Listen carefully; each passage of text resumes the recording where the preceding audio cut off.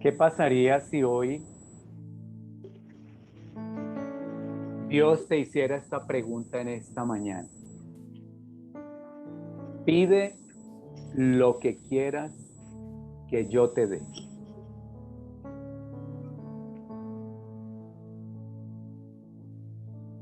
¿Qué pasaría? Ya la sola pregunta sacó una expresión en medio de nuestra eh, forma natural de ser, ¿no? ¿Qué pasaría si Dios nos dijera, pide lo que quieras que yo te dé? Ya muchos están pensando, ya muchos están sonriendo. ¿Qué pedirías? ¿Qué le responderías si Dios te hiciera esa pregunta? Muy bien, pues esa misma pregunta, la historia bíblica en el libro de Primera de Crónicas, perdón, Primera de Reyes y en Segunda de Crónicas, se la hizo Dios a un personaje, se la hizo Dios al rey Salomón. Pide lo que quieras que yo te dé.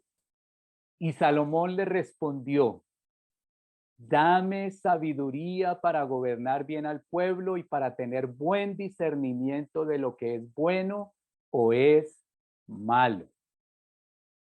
¿Qué contestó usted cuando escuchó esa pregunta en su mente?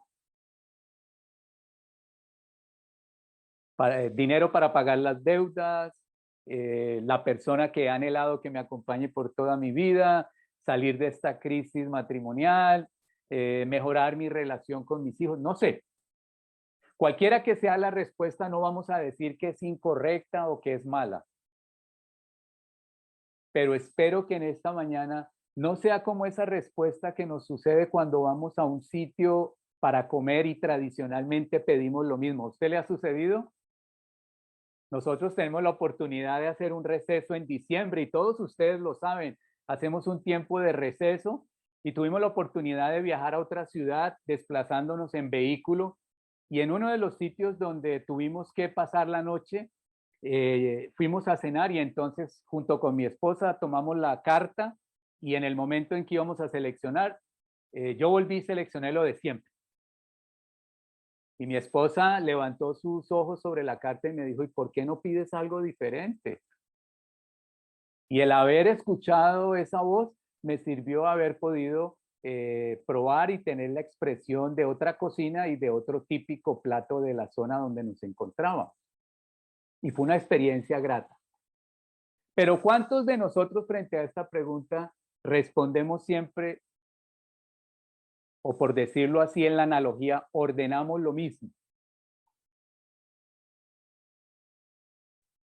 Y sin embargo, Salomón le responde a Dios, dame sabiduría y conocimiento. Recordemos que Salomón llegó a ser el hombre más sabio sobre la tierra. Fue un hombre que acumuló mucha riqueza. Bajo su reinado, Israel vivió un periodo de paz y adicional a ello fue muy próspero. Y fue Salomón quien escribió el libro de Proverbios con otros dos libros más de la Biblia. Y yo creo que si él fue el hombre más sabio sobre la tierra, nosotros debemos leer con mayor frecuencia el libro de Proverbios. Y hoy vamos a utilizar este libro para extraer algunos principios prácticos que tienen que ver con nuestras relaciones de familia. A ver, me gustaría que todos pudiéramos abrir la cámara. ¿Cuántos, y me incluyo, necesitamos consejos sabios para nuestras relaciones de familia? ¿Cuántos? Todos lo necesitamos. Hoy es muy sentido para nosotros como comunidad de fe el hecho de que necesitamos, yo quiero que usted por favor sea consciente de estas palabras, necesitamos colocar en práctica los consejos que nos da la palabra y en el libro de Proverbios para nuestras relaciones familiares. Hay muchas relaciones de familia que están deterioradas, que se están deteriorando y necesitamos atender el consejo de la palabra de Dios. ¿Sabe por qué? Porque usted es quien toma las decisiones y usted es hoy lo que ha decidido antes. Creo que tenemos esa frase en el chat, allí en la imagen. Usted es quien toma las decisiones y usted es lo que ha decidido. Sí, eso es una realidad. Alguien lo dijo de otra manera, nosotros somos hoy lo que pensamos antes. Y todos los días, todos nosotros estamos tomando decisiones y al tomar decisiones, ¿cierto? No importa que hayamos colocado nuestra fe en Jesús, que hayamos sido perdonados de nuestros pecados, sin embargo, nuestras vidas continúan en diferentes áreas en desorden. Y yo quiero que vea ese principio que va a salir en su pantalla. Ser un creyente en Cristo no hace automáticamente que usted sea sabio. Por eso necesitamos una y otra vez el consejo de la palabra de Dios y hoy lo vamos a hacer a través del libro de Proverbios. Dios sabe eso que acabamos de decir y por eso quiere que tomemos decisiones sabias. ¿Con qué hombre o con qué mujer debo casarme? ¿Cuál es la carrera que debo estudiar? ¿Cómo debo enfrentar esta crisis de mi vida? ¿Cómo debo manejar mis finanzas? ¿Esta amistad me conviene o no me conviene? ¿Debo confiar en esta persona o no? ¿Debo comprar esta casa, este vehículo? ¿Debo arrendar? No sé. Son muchas las decisiones que debemos tomar a diario. Algunas son sencillas, otras más mesuradas y de seguro que habrá otras de mayor envergadura. Y estas decisiones determinan nuestro futuro. Y Dios, que lo sabe, nos dio este libro, el libro de Proverbios. ¿Para qué? Para que vivamos de una manera correcta. Si usted necesita tomar una decisión hoy que cambie su vida, ¿a dónde acudiría? ¿A dónde acudiría usted? La mayoría de veces somos tentados en consultar personas o recursos que no necesariamente son competentes. Y lo más seguro es que recibamos respuestas de todo tipo. Ayer encontré algo supremamente interesante y se llama la sabiduría intuitiva. Y yo creo que muchos de nosotros hemos actuado desde esa sabiduría. La sabiduría intuitiva dice lo siguiente, que usted debe asumir el riesgo de tomar una decisión equivocada cuando cierto número de personas le dicen que es una buena idea. Esa sabiduría del entorno popular, del entorno social para determinar patrones no correctos es la que muchas personas practican y muchos de nosotros los creyentes lo hacemos. Pero en la historia bíblica, en el antiguo Israel, encontramos dos tipos de personas, los sabios y los prudentes, quienes tenían un amplio y reconocido trayectorio de fidelidad al servicio de Dios y quienes eran reconocidos a nivel social por su sabiduría para dar consejo. De allí que nosotros como creyentes es bueno que acudamos a personas con un recorrido de fidelidad a Dios en su relación para buscar orientación y un consejo apropiado. Sin embargo, nosotros tenemos la tendencia de aconsejarnos con las personas que hablan desde su opinión y que sin tener ninguna experiencia están convencidos ellos mismos de que sin tener ningún argumento o una base, lo que opinan es verdad y convencen a las demás personas, pero no necesariamente son sabios. Recuerde esto, el hecho de que sea popular no significa que sea sabio. La sabiduría de Dios no es intuitiva. Si quiere escribir eso, por favor, la sabiduría de Dios no es intuitiva. La sabiduría de Dios es correcta. Mire lo que dice el libro de Proverbios en el capítulo 1, versículo 7. Voy a estar leyendo la Nueva Biblia de las Américas. Proverbios capítulo 1, versículo 7. El temor del Señor es el principio de la sabiduría. Los necios desprecian la sabiduría y la instrucción. Ahora bien, déjeme le leo este versículo bíblico en dos versiones para que podamos entenderlo y comprenderlo en un lenguaje actual. Vamos a leer la Nueva Biblia Viva, que dice lo mismo, que dice lo siguiente, Proverbios 1:7. Lo lee ahí. Dice, lo primero que hay que hacer para ser sabios es que, ¿lo está leyendo ahí? Es que es honrar al Señor. Solo los necios desprecian la sabiduría y la disciplina. Puede anotar ahí, para ser sabio debo honrar a Dios. Es que Dios ocupe el primer lugar. O si no, va a ser lo que dice la segunda parte, será necio. Aquí se trata de sabio o necio, no más.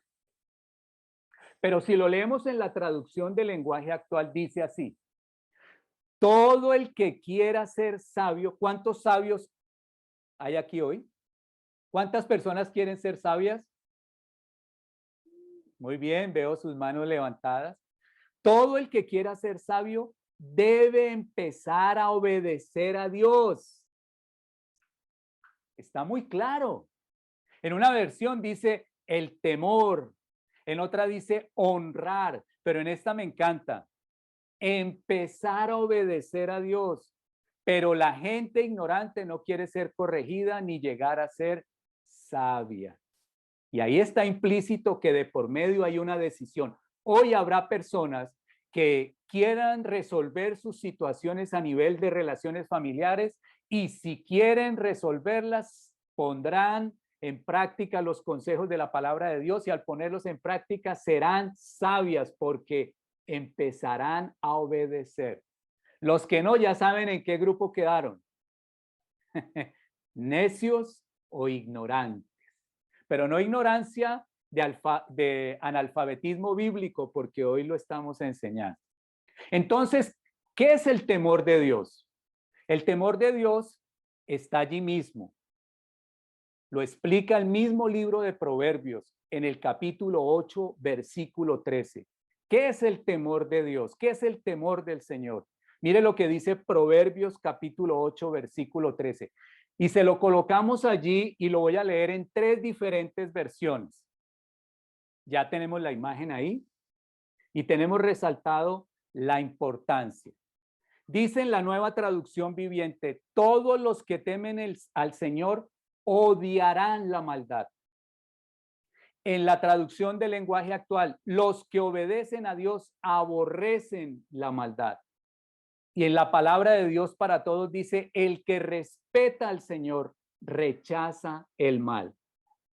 Entonces, ¿qué es el temor al Señor? El temor al Señor es lo que me lleva a rechazar la maldad. ¿Fácil? ¿Sencillo? Sí. Tener temor a Dios es odiar, aborrecer y rechazar la maldad. Si nosotros estamos consintiendo alguna maldad en nuestras relaciones de familia, no estamos temiendo a Dios, no estamos honrando a Dios, no estamos empezando a obedecer a Dios. Entonces, ¿qué es el temor? El temor a Dios es odiar la maldad, es odiar lo que Dios odia. Y lo que entendemos también en estos versículos que leímos es que el temor a Dios es respetar a Dios, reconociendo el lugar de Dios y reconociendo nuestro lugar. Yo quiero que entendamos que a veces nosotros queremos tener un lugar superior a Dios. Le voy a leer esto que me pareció interesante y se lo traigo. Lo dijo un pastor predicador por 30 años en una iglesia muy conocida en Londres. Se lo voy a leer. Dice así, usted quizás se sienta como un pecador porque este es un mecanismo en usted que como resultado de su propio pecado procura defenderle de cualquier acusación. Nosotros no queremos reconocer que somos pecadores, pero dentro de nosotros hay un mecanismo, ¿cierto?, que procura defendernos de cualquier acusación de nuestros propios errores. Y eso nos sucede en nuestras relaciones de familia. No queremos aceptar que somos irrespetuosos, que somos agresivos, que somos mentirosos, que somos reactivos. Y sigue diciendo este pastor, todos nosotros permanecemos en buenos términos con nosotros mismos y siempre colocaremos las cosas a nuestro favor. No, es que la culpa la tiene usted, no la tengo yo. Aún si nosotros mismos tratáramos de hacer que nosotros mismos nos sintiéramos que somos pecadores, nunca lo haríamos. La única manera de comprender que somos pecadores es únicamente teniendo una pequeña luz de quién es Dios. ¿Qué quiere decir? Una vez más, nosotros no estamos en el mismo lugar de Dios. Dios es más sabio. Cuando nos comparamos con el poder y la suficiencia de Dios, queda al descubierto nuestra insuficiencia. Mire, yo quiero que entendamos una vez más. La manera en que Dios me indica que debo vivir es la manera más sabia. Me guste o no me guste. Yo sé que a más de uno en este momento se está empezando como a acomodar en el sillón o está empezando a sentir que se siente incómodo. Porque muchos de nosotros sabemos más que Dios, aún en nuestras relaciones de familia. No, es que aquí se hace así. Eso es estar por encima de Dios. Porque nosotros como seres humanos no sabemos vivir de la manera correcta por nuestro pecado. Y el pecado que es romper la relación con Dios. Nosotros rompemos la relación con Dios no solamente cuando desobedecemos a Dios, también cuando desobedecemos a Dios en nuestra relación con los demás. Y esa situación no nos permite vivir con la perspectiva correcta. ¿Cuál principio se desprende de lo que hemos estado hablando hasta aquí? Va a salir ahí en la pantalla, lo voy a leer. El hambre espiritual y la humildad nos hace buscar la verdadera sabiduría que proviene de Dios. Yo empiezo a ver que hay personas que están sintiendo descanso en esta mañana. El hecho de tener hambre espiritual, el hecho de reconocer que me he equivocado, el hecho de que necesito reconocer el lugar que tiene Dios y ser humilde me hará buscar la verdadera sabiduría que proviene de Dios. Mire lo que dice el mismo libro de Proverbios en el capítulo 15, versículo 24, con relación a esa actitud que debemos tener todos nosotros. Que el camino de la vida es hacia arriba para el hombre sabio y así evita tener que ir hacia abajo, hacia el sepulcro. Cuando nosotros tenemos esa actitud de hambre espiritual, de buscar el consejo de Dios, de reconocer que nuestras propias capacidades hemos fallado, que nuestros hogares no están funcionando, que nuestros matrimonios se están deteriorando, que la relación con nuestros hijos se está erosionando, que nuestra familia extendida nos está dejando o la estamos alejando. ¿No estamos yendo hacia arriba? Si no estamos yendo hacia arriba, la misma escritura nos dice que estamos dejando de ser sabios. Sabios en cuanto a aplicar los principios que Dios nos da, honrándolo,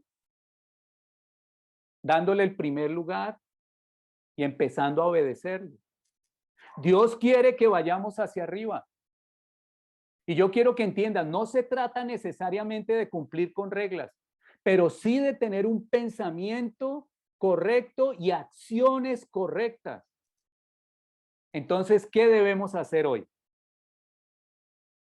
Mire lo que dice Proverbios capítulo 4, versículo 7. ¿Qué debemos hacer hoy? Hablando de que necesitamos tomar decisiones sabias que traigan beneficio a nuestras relaciones de familia. Mire lo que dice el versículo 7 del capítulo 4. El primer paso para ser sabio es tomar la decisión de adquirir sabiduría. Así que usa todo lo que tengas para obtener sabiduría y la conseguirás. Pareciera que Dios nos está haciendo un juego de palabras ahí, ¿no? Como si fuera algo muy simple. Ah, ¿quieres sabiduría? Busque la sabiduría. Y yo vengo a decirte en esta mañana, ¿quieres sabiduría para tu relación matrimonial? Búscala en el consejo de Dios. Sabiduría para tomar decisiones con relación a cómo educar tus hijos. Búscala a través del consejo de Dios. Yo hablaba con una de nuestras jóvenes adultas hace unas 2-3 semanas y le comentaba que en el estudio que hacemos en la Escuela de Predicadores, hablábamos de un tema con referencia a que los 3 libros, Proverbios, Job y el libro de Eclesiastés, son los que se le enseñan a los niños para formarlos.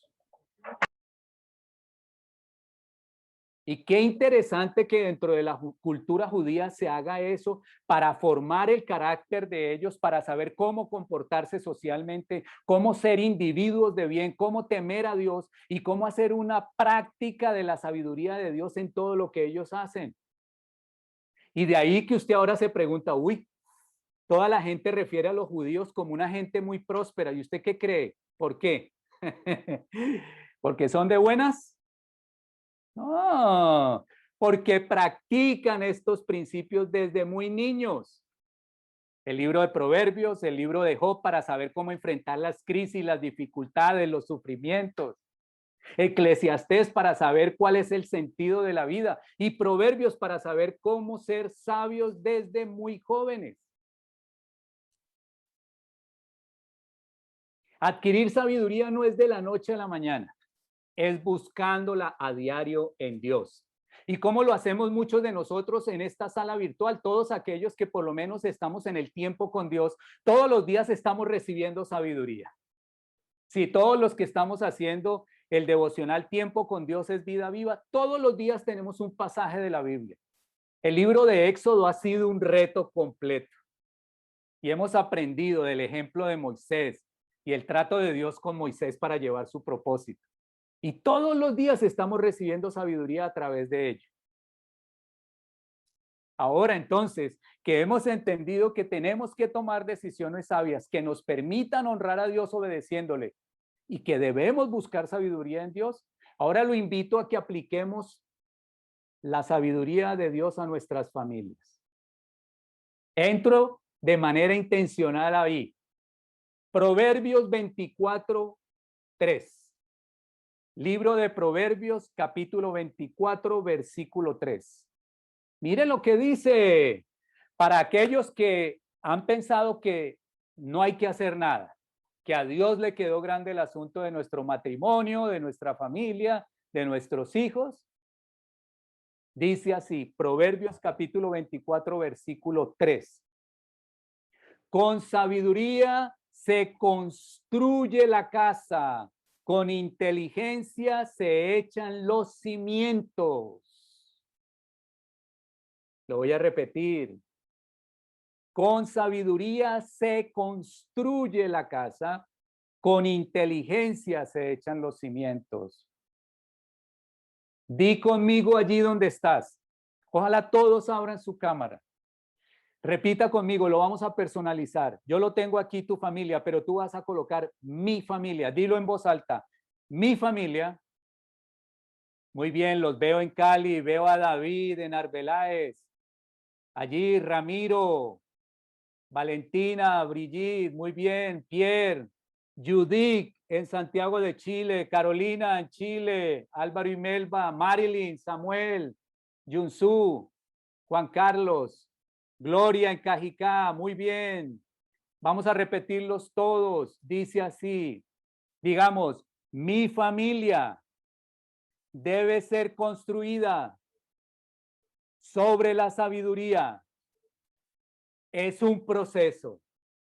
Muy bien, un aplauso. Muy bien, muy bien. Así es. Nuestra familia debe ser construida sobre la sabiduría. Construir no es de la noche a la mañana, construir toma tiempo, es un proceso, demanda trabajo, demanda esfuerzos, demanda recursos. Hoy en esta sala virtual tenemos diferentes tipos y tamaños de familias. Hay familias de un esposo, hay familias de una esposa. Hay familias con niños, hay familias con adolescentes, hay familias monoparentales, hay familias divorciadas y recasadas, hay familias con personas viudas. Y yo quiero que usted entienda, mire, yo quiero que usted reciba aliento con esto que le voy a contar y que para mí me voló el techo. No hay en la Biblia familias perfectas. ¿Quiere que se lo diga como lo dice la Biblia? Mire, vamos a hacer un recuento histórico de algunas familias. Sí, Junsu, así como lo acabas de colocar en esa expresión de ese emoji en la pantalla. Sí, queda uno. En la Biblia no hay familias perfectas. Moisés fue adoptado en una familia de diferente raza y de diferentes creencias. Ruth era una mujer viuda, perdió a su esposo siendo joven y decidió estar cerca a su suegra por mucho tiempo. Timoteo, el hijo espiritual de Pablo en el Nuevo Testamento, un hombre joven, su familia estaba dividida porque su mamá y su abuela eran seguidoras de Jesús. Sin embargo, su papá era un griego, un pagano. No compartía los principios de fe de ellas ni de él. El apóstol Pablo, quien escribió la mayor carta, las cartas que tenemos en el Nuevo Testamento, en un punto se cree que él estuvo casado, pero luego quizás por su decisión de colocar la fe en Jesucristo, no volvemos a oír de su esposa e incluso podríamos llegar a pensar que su esposa lo dejó. Pedro, el apóstol Pedro, a quien Jesús lo comisionó para dar inicio a la iglesia, se conoce que era casado y se cree que se mantuvo así por todo tiempo. Incluso los historiadores dicen que tuvo una hija con discapacidades físicas. David, el gran rey de Israel, cometió adulterio con una vecina, Betsabé, y con ella tuvo un hijo llamado Salomón, quien fue el rey más sabio sobre la tierra y quien escribió el libro de Proverbios. Y ahí tenemos una típica historia de redención, no de una familia perfecta. Recordamos la primera familia, Adán y Eva, tuvieron 2 hijos, uno de ellos mató al otro. Y sin embargo, cuando vemos la historia del rey David, encontramos que la Biblia lo llama un hombre conforme al corazón de Dios, lo que significa que aún en las mayores tragedias y en las mayores dificultades en nuestras relaciones de familia, podemos tener un corazón conforme al de Dios. Ana, en el Antiguo Testamento, ofrendó a su hijo, lo llevó al templo y fue dado en adopción. Quiero referirme a la familia de Jesús. Todos sabemos lo atípico porque fue engendrado por el Espíritu Santo, ¿cierto? Antes de la consumación del matrimonio. Fue criado, pero después de los 12 años de edad, el registro bíblico no narra nada acerca de José y posiblemente José falleció y Jesús creció en una familia monoparental. Ahora usted puede ver y decir, wow, mi familia es normal. A mí me gusta porque la Biblia no solamente muestra el carácter, wow, de los personajes, muestra todas sus facetas, lo bueno y lo menos bueno. ¿Sabe qué nos enseña esto? Y va a salir ahí en la pantalla. Las relaciones de familia son frágiles. Sí, señor. Las relaciones de familia son frágiles. Usted quizás está llevando una relación de familia en este momento que ya es una costumbre, no normal, Se acostumbraron a gritar, se acostumbraron a decirse groserías, se acostumbraron a hacerse irrespetuosos, se acostumbraron a manipular, se acostumbraron a maltratarse. Y resulta que a veces se vuelve una costumbre hasta que alguno de los miembros dice algo o hace algo, hasta que alguien toma una decisión incorrecta y se vuelve un caos, más de lo que está acostumbrado a hacer. Algunos de los miembros de la familia no están dentro de las expectativas que esperan los padres, la esposa, el esposo, se hieren, los suegros se entrometen, hay desacuerdos, presiones financieras, problemas de salud, eventos inesperados, y podemos hacer dos cosas. Y aquí ya llegamos al clímax, donde viene la resolución. Quiero que entiendas esto. Tú puedes decidir pelear contra tu familia o, como lo dice ahí, lo que va a salir en la pantalla. O nosotros podemos luchar por y para nuestras familias. Sí. O tú sigues en esa posición de pelear contra tu propia familia, o nosotros podemos luchar por y para nuestras familias. Es nuestra elección. ¿Qué elegimos hoy?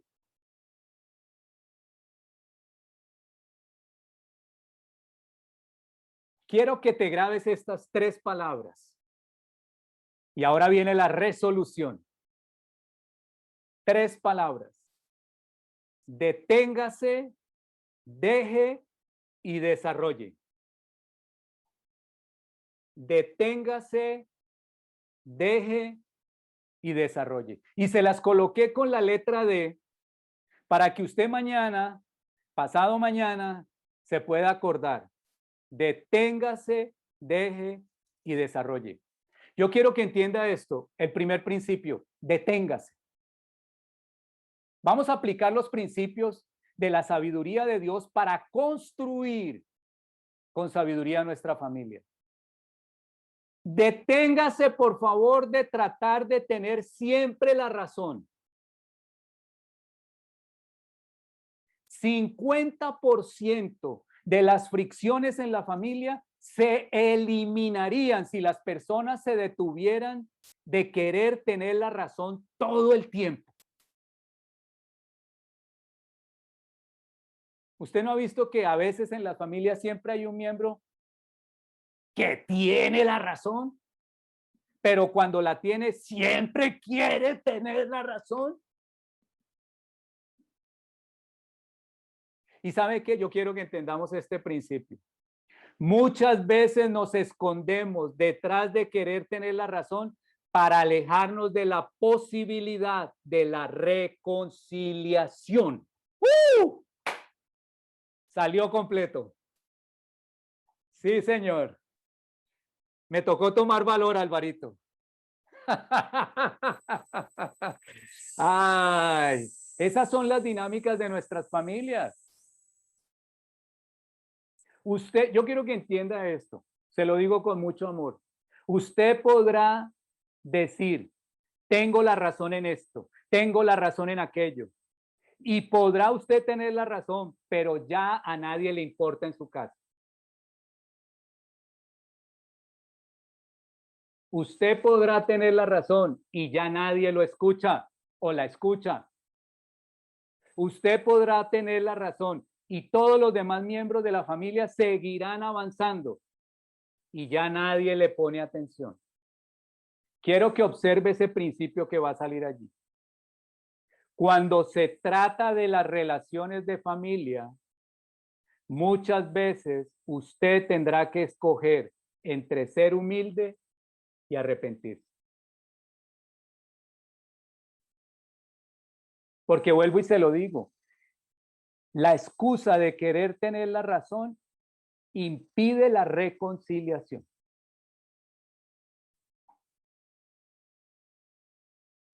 Usted podrá querer seguir ganando las batallas, pero posiblemente pierda la guerra.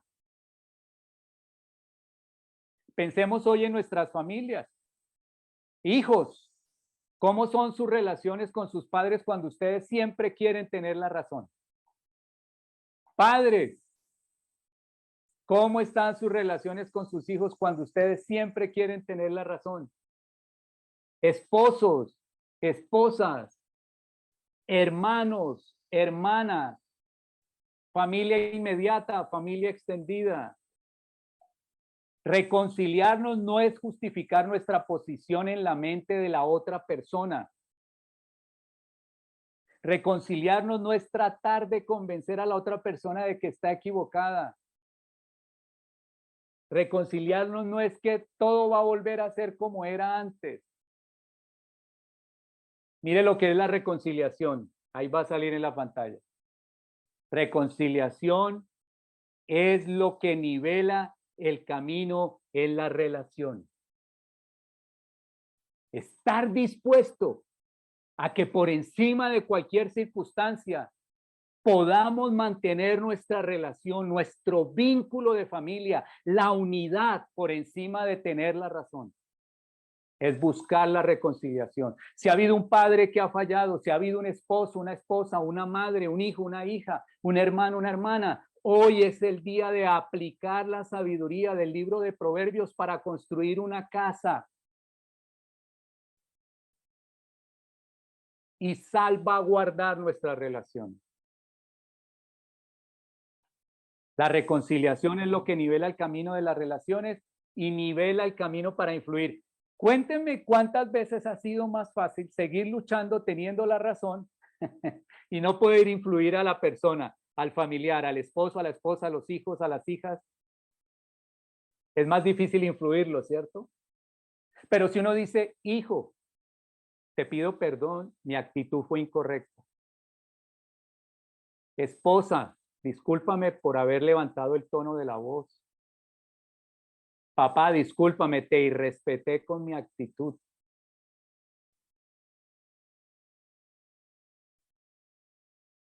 Jesús, yo quiero que vea este ejemplo que sella lo que estamos hablando ahí. Jesús vio, o más bien, Jesús nos vio en una relación con nosotros antes de que nosotros mismos supiéramos que estábamos mal. Él no vino y nos dijo, yo tengo la razón, no. Prevaleció la relación antes de que nosotros mismos supiéramos que éramos pecadores. ¿Está usted interesado en la relación de sus familiares, de sus hijos, de su esposa, de su casa, antes de que la persona se dé cuenta que está en un error? ¿O usted quiere primero hacerlo, darse cuenta que está en un error para poder mantener relación con él? Es al revés. Lo segundo, deténgase de tener la razón a toda hora y deje, ¿se acuerda? Deténgase, deje y desarrolle. Deténgase de tener la razón a toda hora y deje las ofensas a un lado. Porque además de que queremos tener la razón, la forma en que los decimos ofende. Hay un libro que escribió David Stutt, Perdonando lo imperdonable. Anótelo, porque de pronto le puede servir y lo puede comprar. Perdonando lo imperdonable, David Stutt. Y en uno de los apartes, David escribe lo siguiente: perdonar a otras personas no trae un beneficio en sí mismo a las demás personas ni las hace a un lado. Esto lo que nos permite es cancelar la deuda que nosotros tenemos con ellos, la cual ellos quizás nunca paguen. Nosotros seremos quienes seamos libres de la expectativa de la restitución por las cosas que nos hicieron daño. En otras palabras, te lo voy a decir más sencillo, el perdón es la llave que abre la puerta de la prisión del resentimiento y el rencor donde tú y yo posiblemente estemos atrapados. El perdón es lo que nos da libertad. El perdón no es un sentimiento, es un acto de la voluntad. Entonces, ¿cuáles son las tres palabras? La primera, dejemos. La segunda, no, perdón. La primera, ¿cuál? Exacto, deténgase. La segunda, deje. Y la tercera, desarrolle. Eso, gracias. Cuando se trata de la familia, debemos desarrollar. ¿Qué quiere decir? Mire, lo que voy a hacer literalmente en esta ilustración. Mire, arremánguese, ¿sí? Yo no sé cómo lo dicen en Chile. Aquí le decimos arremánguese, ¿sí?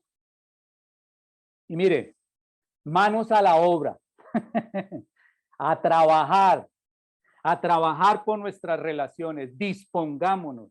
Las familias no se hacen de la noche a la mañana, no se hacen en un momento, requieren desarrollo y requieren trabajo conjunto. Y aquí quiero hacer una observación. Hay algunos miembros de nuestras familias que han trabajado muy duro por nuestras relaciones. Y no es fair play, no es juego limpio que nosotros no estemos haciendo nada. Hay madres que llevan mucho tiempo hablando a sus hijos. Hay hijos que quizás les han dejado saber a sus padres. Hay esposos o esposas que le han dejado saber a su cónyuge. Y es tiempo de manos a la obra, es tiempo de desarrollar. Es cierto, nosotros vivimos en temporadas. Y hay personas dentro de nuestros círculos de la familia que debemos trabajar más. Jóvenes con sus responsabilidades. Padres desarrollando bajo los principios de la palabra de Dios y la influencia de la palabra de Dios en sus vidas, lo que Dios quiere para su círculo de familia, para fortalecer su matrimonio, para fortalecer su intimidad, para fortalecer su vida emocional, para fortalecer la cobertura sobre sus hijos, hijos protegidos, hijos amados, hijos respetuosos, familias sólidas que desarrollan desde los principios de la palabra de Dios. ¿Por qué? Porque el mismo libro de Proverbios nos dice, Proverbios capítulo 16, versículo 3 dice, pon en manos del Señor todo lo que haces y tus planes tendrán éxito. Pon todos los planes de tu familia actuando con estas tres palabras, deteniéndose, dejando y desarrollando, para que tu familia vuelva a tomar el curso con el cual Dios quiere que sea construida. Quiero orar y quiero que me acompañen esta mañana. Quiero orar por cada familia. Quiero orar por aquellas familias monoparentales. Yo quiero que las personas abran sus cámaras y le demos un aplauso a esos padres monoparentales. Son unos héroes. Oscar, Pierre, Nancy, Sonia, ustedes son unos héroes. Quiero orar por ustedes. Quiero orar por los matrimonios que están instituidos como esposos, Álvaro, Melba, Silvia, Juan Carlos, otro monoparental que olvidaba, Francinet, pero allí donde está Ramiro, donde está Brigitte, allí donde está Marta, donde está Félix, donde Héctor y Marilyn, allí quiero orar por ustedes. Quiero orar por esos matrimonios que tienen hijos pequeños, Marcela, Fernando, Angélica, Edison. Allí donde está Javier, donde está Gisela, quiero orar por ustedes. Quiero orar por Luis y Alice, por Gloria, por Javier, que todavía tienen un joven, un adolescente, por Juan Carlos, por Janet. Quiero orar por Valentina. Muy bien. Quiero orar por Adriana, por sus hijas. Quiero orar por Carolina. Bueno, por todas las personas que están en la sala. No quiero que nadie se quede. Hay muchos jóvenes que esta es su casa, esta es su familia. Y aquí ustedes quiero que sepan, como nos lo decía Oscar ayer a los jóvenes, aquí ustedes son amados, ustedes son aceptados. Aquí no son condenados. Aquí reciben el abrazo de Dios y el afecto de cada uno de nosotros porque son importantes. No queremos más orfandad en medio de nosotros. No más, seamos sabios, por favor, propendamos por el bienestar de nuestras familias, pero hagámoslo con la sabiduría y los principios de la palabra de Dios. Hoy quiero que haya vida, quiero que haya vigor, quiero que haya visión, quiero que haya propósito, porque eso es lo que Dios ha puesto en mi corazón para esta casa, para las familias que están bajo esta cobertura. Y allí donde está, si quiere, tómese de las manos y juntos, a una sola voz, elevemos una oración a Dios para que sea Dios en medio de nuestra relación y hoy haya restitución, hoy haya reconciliación, hoy se vaya todo lo que ha impedido que nosotros podamos venir a ese entendimiento que hoy por la palabra de Dios el Espíritu Santo nos da. Va a pedir a mi esposa que pase también y se añada. Señor, en esta mañana queremos darte gracias por la vida de todas y cada una de las familias aquí representadas, Señor. Señor, gracias porque hoy el principio de tu palabra, Señor, viene a darnos aliento, viene a darnos dirección, Señor. Gracias porque tú sabes que no estamos solos. Y hoy decidimos, Señor, como hablábamos, con esa hambre espiritual y esa humildad, reconociendo que necesitamos la guianza tuya, Señor, para construir con sabiduría nuestra casa, nuestras relaciones de familia. Hoy desde aquí, Señor, en tu nombre, bendecimos junto con mi esposa cada hogar, cada padre, cada esposa, cada hijo, cada nieto, Señor. Colocamos nuestro hogar en tus manos, Señor, y con la disposición de que seamos transformados en todas y cada una de las cosas que sean necesarias. Hoy renunciamos, Señor, y nos detenemos a tener la razón, Señor. Hoy dejamos la ofensa, Señor. Y hoy, Señor, decidimos trabajar por nuestras familias para poner en práctica el principio de que queremos obedecerte y que el temor de Dios abunde en nuestros corazones. Hoy entendemos, Señor, que no es por las prácticas de unas reglas, sino simplemente de querer obedecerte a ti, aborreciendo la maldad para propender por el bienestar de nuestras esposas, de nuestros esposos, de nuestras hijas, de nuestros hijos, de nuestros nietos y de nuestras generaciones. Te damos gracias por esa libertad que en el Espíritu nos has dado y que hoy trae una transformación y una confirmación de que vale la pena, Señor, poder creer en ti, en tu palabra y en tu consejo. Amén.